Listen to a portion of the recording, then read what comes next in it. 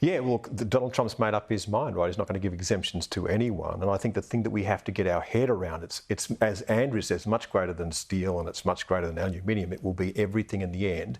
But that's because Trump is overturning the world order as we have understood it for the last 50 years, which is based around free trade.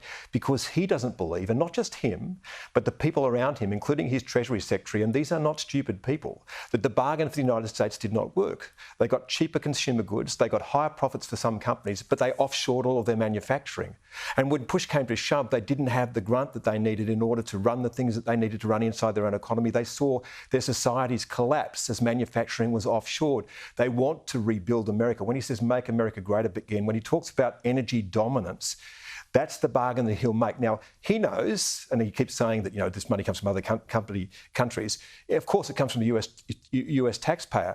But the bargain that he's going to make is that he will deliver much cheaper energy into the United States, and those two things will offset each other. So he will drag manufacturing back into the United States based around the fact that if it's not made there, then it's going to be expensive to make it outside there, and that energy will be cheap in America.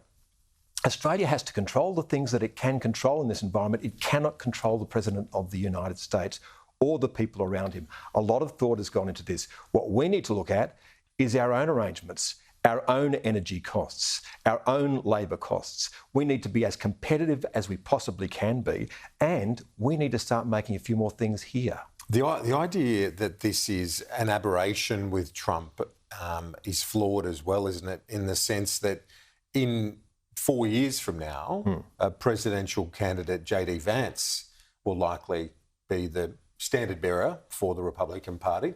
And he's not going to have any great shift away from this either. So even if the Democrats were to win in 4 years, to me, there doesn't look like there's any sign of this worldview, of this upturn of the chessboard, so to speak, of the trade rules and the rest of the rules of the road, that there's going to get any great shift for the Republicans. But Kieran, for the foreseeable you did future. right. People are missing the message. So what happens with Trump is he loses office. And in some ways, that's the best thing that could have happened to Conservatives in the United States, because they spent 4 years, the Heritage Foundation spent 4 years working out an agenda for Trump when he returned and putting in place a whole lot of people who would be loyalists to the president once he did return. Now, the problem he's got is he's going like at a bull at a gate, trying to do everything at once.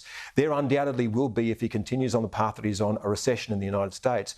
But by the way, they have factored that in. If they're going to do a recession, they want to do it in the first year. They want to do it before they go and have the congressional elections in 2 years' time. If you're going to do painful things, you do them now. The bargain they'll make with the American people is that we will return manufacturing to the United States, and although prices might rise, your standard of living will rise because America's economy will begin to thrive. Now, they might be wrong about that, but there is method in what they're doing. And if we don't understand that, then we're completely misunderstanding the situation. Telling the Americans that this is going to hurt your consumers, they know that. Chris Uhlmann, great to get your insights as always. We'll see you next week. Thanks, Kieran.